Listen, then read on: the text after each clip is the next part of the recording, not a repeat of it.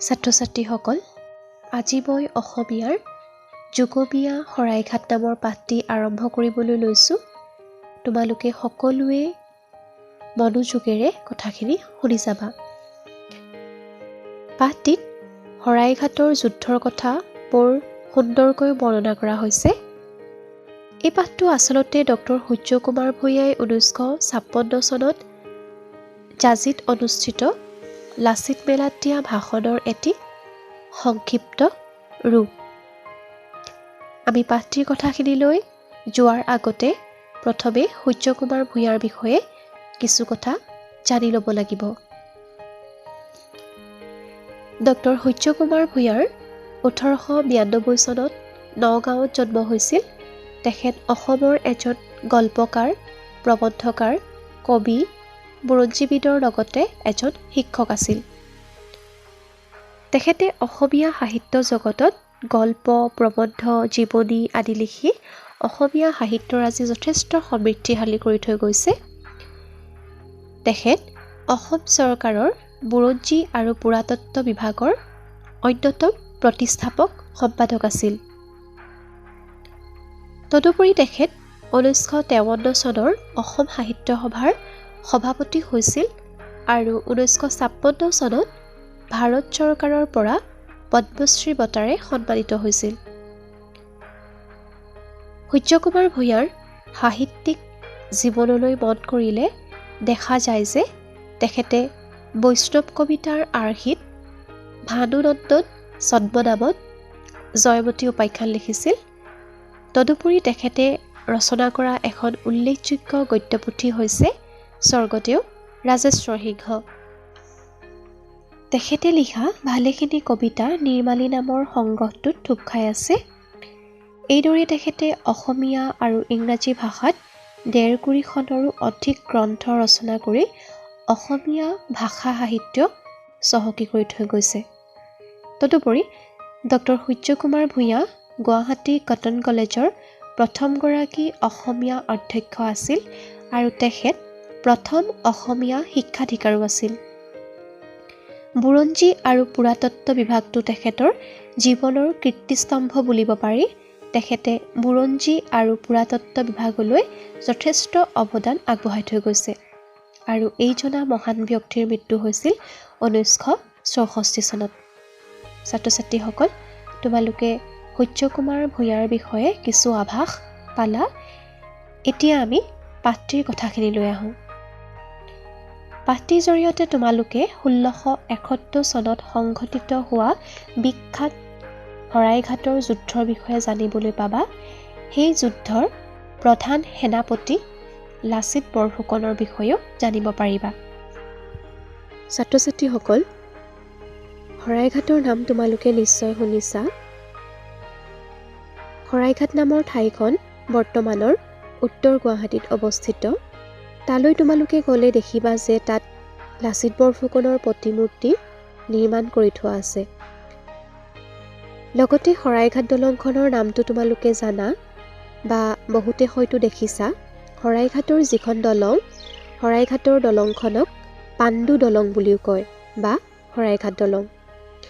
শৰাইঘাটৰ যুদ্ধখন হৈছিল আহোম আৰু মোগলসকলৰ মাজত আৰু ই শৰাইঘাটৰ যুদ্ধৰ যি বীৰত্বৰ কথা, লাচিত বৰফুকনৰ যি দেশপ্ৰেম আৰু সেই দেশপ্ৰেমৰ কথা বুৰঞ্জীতে নহয় অসমীয়া মানুহৰ মুখে মুখে প্ৰচলিত হৈ আহিছিল। আৰু ইতিহাসে আজিও সোঁৱৰাই কয় যে আজিও শৰাইঘাটৰ যি সুচিন্তিত কাৰ্যপন্থা, সেই সুচিন্তিত কাৰ্যপন্থাৰ প্ৰয়োজন আহি পৰিছে। শৰাইঘাটৰ যুদ্ধৰ যি সুচিন্তিত আঁচনি, শৰাইঘাটৰ যি ৰাজনৈতিক, অৰ্থনৈতিক, সামাজিক, ঐতিহাসিক এই সকলোখিনি কথা আজিও প্ৰয়োজন আছে। এই শৰাইঘাটৰ যুঁজতে অসমীয়া সৈন্য আৰু সেনাপতিৰ কৰ্মদক্ষতা, সময় অনুযায়ী কৰ্তব্যবোধ, আভ্যন্তৰীণ শৃংখলাৰ প্ৰকাশ আৰু সকলোতকৈ গুৰুত্বপূৰ্ণ অদম্য দেশপ্ৰেমৰ চানেকি প্ৰতিফলিত হোৱা দেখা যায়। সততে জাগ্ৰত অসমীয়া জাতিৰ সময়োপযোগী দায়িত্ববোধ, কৰ্মনিষ্ঠা আৰু যুঁজাৰু মানসিকতাৰ উৎকৃষ্ট নমুনা শৰাইঘাটৰ কাহিনীত উজলি উঠিছে। জাতীয় চৈতন্যক জগাই তুলিবলৈ শৰাইঘাটৰ কাহিনীয়ে যথেষ্ট, যাৰ পৰা আমি শিক্ষা ল'ব পাৰোঁ। এতিয়া লাচিতৰ দিনৰ শৰাইঘাট নাই, কিন্তু আন এখন শৰাইঘাটলৈ আছে। এইখন হৈছে বৰ্তমানৰ অসমখন। অতীতৰ শৰাইঘাটৰ সমস্যাবোৰ আছিল সামৰিক, কিন্তু বৰ্তমানৰ অসমখনৰ বিভিন্ন সমস্যাবোৰ হ'ল সামাজিক, অৰ্থনৈতিক, ৰাজনৈতিক, ঐতিহ্যিক ইত্যাদি। অসমৰ সমস্যাৰ অন্ত নাই আৰু অন্ত নপৰে। বছৰি বানপানীৰ দুৰ্যোগ, খৰাং বতৰৰ দুৰ্যোগ, মাৰি মৰক, ভূমিকম্প, ধুমুহা, ওচৰ চুবুৰীয়া জাতিবৃন্দৰ লগত লেনদেন, বিশ্বজগতৰ লগত যোগাযোগ আৰু চলাচল ব্যৱস্থা, মানুহৰ কুপ্ৰবৃত্তি দমনৰ আৱশ্যকতা, শিক্ষা বিষয়ক বিবিধ প্ৰশ্ন আৰু শাসন কাৰ্যৰ সুচাৰু সম্পাদন, এনেধৰণৰ বিভিন্ন সমস্যাই চিৰকাল অসমৰ গাত লম্ভি আছে আৰু লম্ভি থাকিব। এক শ্ৰেণীৰ সমস্যাৰ সমাধান হ'লে আন এক শ্ৰেণীৰ সমস্যাই মূৰ দাঙি উঠে। এয়ে হৈছে অসমৰ জাতীয় জীৱনৰ চিৰন্তন পটভূমি। এই সমস্যাবোৰৰ ভালদৰে সমাধান নহ'লে অসমৰ অস্তিত্বক লৈ টনাটনি হ'ব।